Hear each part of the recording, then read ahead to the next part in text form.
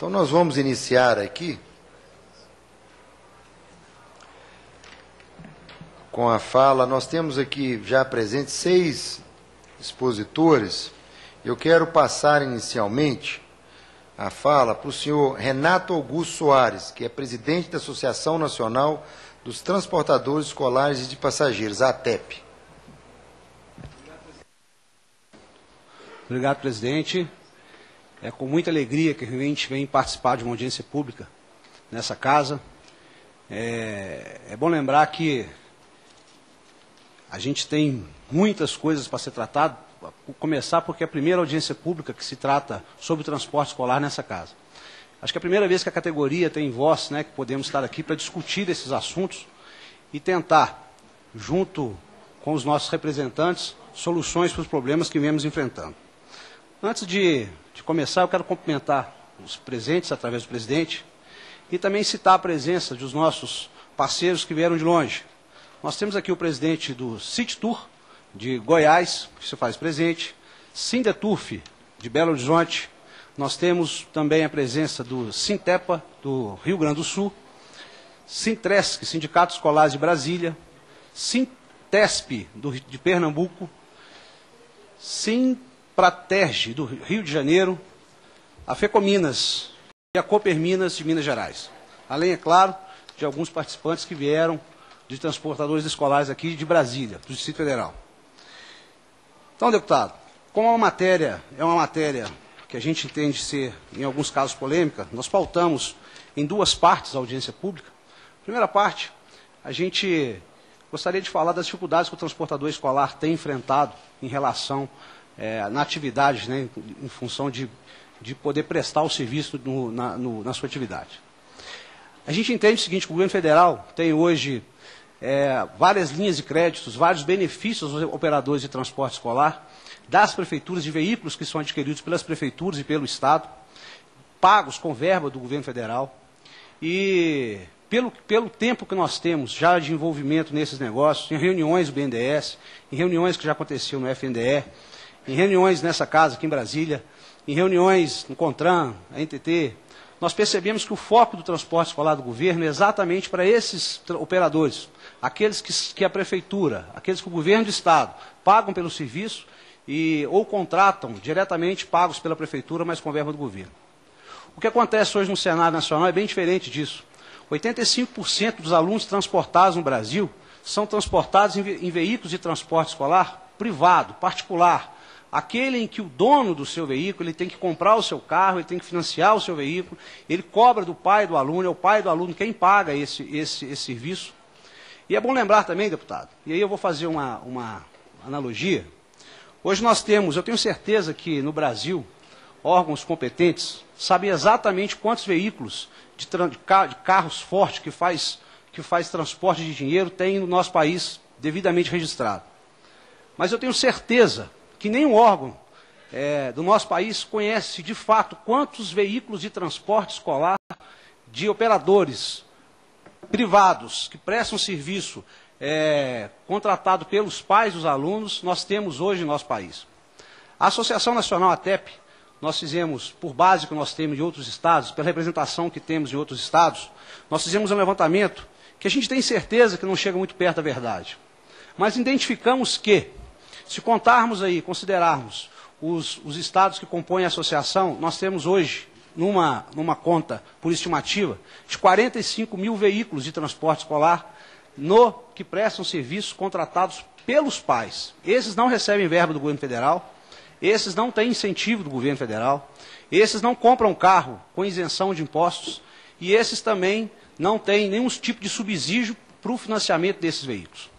45 mil veículos, também fazendo uma conta bem próxima daquilo que entendemos ser a realidade, nós entendemos que esses 45 mil veículos podem transportar 2 milhões de alunos no Brasil. 2 milhões, quer dizer, o transporte escolar privado transporta 2 milhões de crianças no Brasil. E aí nós estamos, de novo, vou repetir, usando como base os nossos parceiros, a base e a TEP, que são os sindicatos que estão conosco, compondo a associação.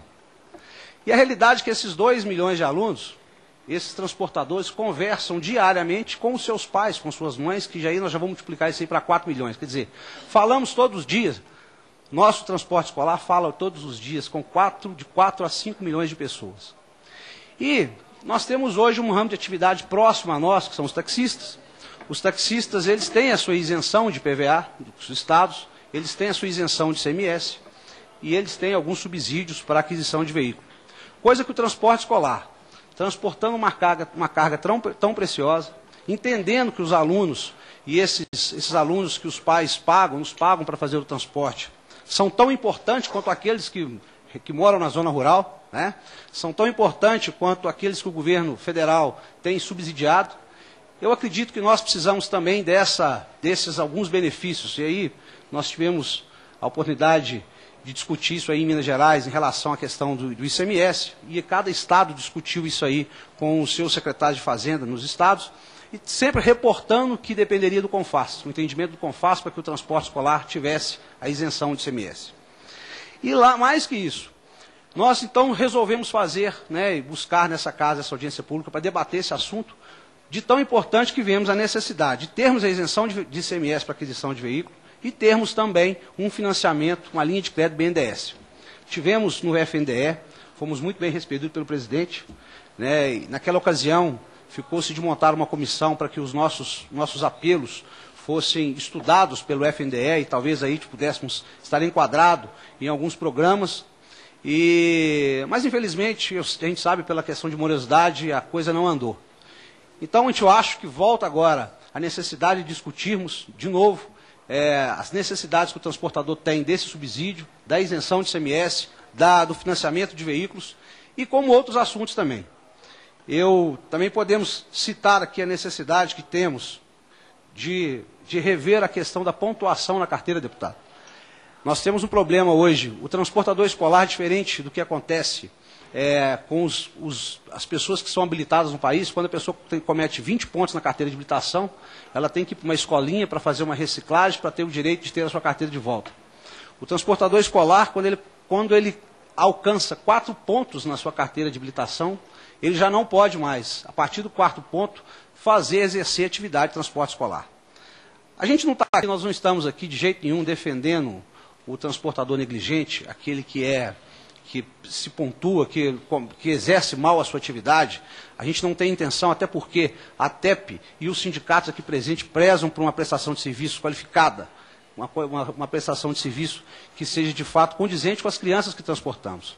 Mas também precisamos rever essa questão, porque é necessário, o Código de Trânsito Brasileiro diz que a cada 5 anos a gente precisa de fazer um curso de reciclagem. E quando a pessoa tem 5 pontos na carteira, não pode reciclar. Se ela não pode reciclar, ela não consegue cumprir o que determina a própria resolução, que diz que na carteira de habilitação tem que estar constando habilidade escolar. Se não consta habilidade escolar, ela não pode exercer a profissão de transporte escolar. Ou seja, cria um empecilho muito grande. Se de um lado, um operador com mais 20 pontos na carteira tem a necessidade de reciclar, no transporte escolar é o contrário. Quando ele comete 5 pontos, ele não pode reciclar. Então, essa questão eu deixei para o Jair estudou bem esse tema.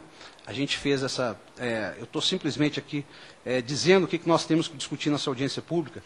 E eu queria, deputado, depois voltar a falar sobre o tema NTT. Eu entendo que esse tema é um tema que ele é mais polêmico. Eu gostaria de deixar esse tema da questão NTT para o final, tá? Mas pontuando essas necessidades que temos como transportador escolar, e espero depois voltar para discutirmos sobre a questão do transporte interestadual de passageiro. Eu agradeço a fala, deputado. Muito obrigado.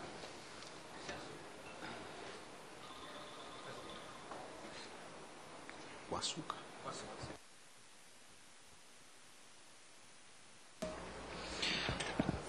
Então, deixa eu entender, senhor Renato, você primeiro quer discutir sobre o transporte escolar e depois discutir uma questão à parte.